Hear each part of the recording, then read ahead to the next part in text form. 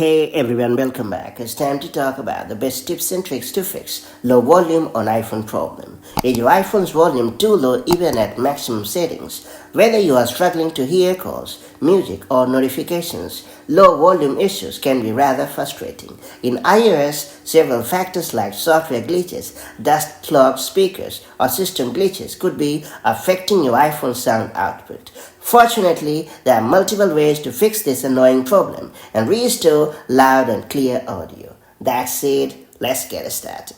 So first up, you have to launch the Settings app on your iPhone. Then you have to scroll down a bit and choose Sounds and Haptics option. And then you have to scroll down and select Volume Limit option. After that, you have to disable the toggle for Limit Maximum Volume. And then you have to restart your iPhone. And once your iPhone has rebooted, bring up the control center and then increase the volume all the way to the top level by using the slider. Alternatively, you can also use the volume up button to ensure that the volume of your iPhone is high. After that, you have to launch Apple Music or Spotify and then play a song to check the volume level. Hopefully, the problem should be gone and the volume of your device would be in the top gear.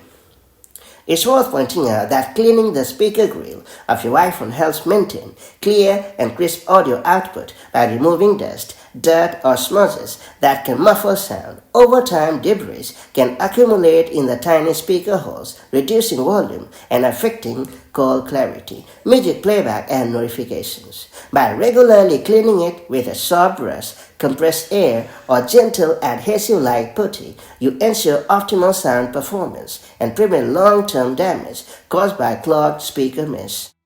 If the problem still persists, I would recommend you to update the software on your iPhone, as there might be a software bug behind this annoying problem. To do so, open the Settings app on your iPhone. Then you have to choose the General option. After that, choose Software Update, and then you have to download and install the latest update. And once the software update is done, check if the problem is gone. However, if nothing works in fixing the problem, make sure to contact Apple support or authorized service center, as there might be some sort of hardware failure.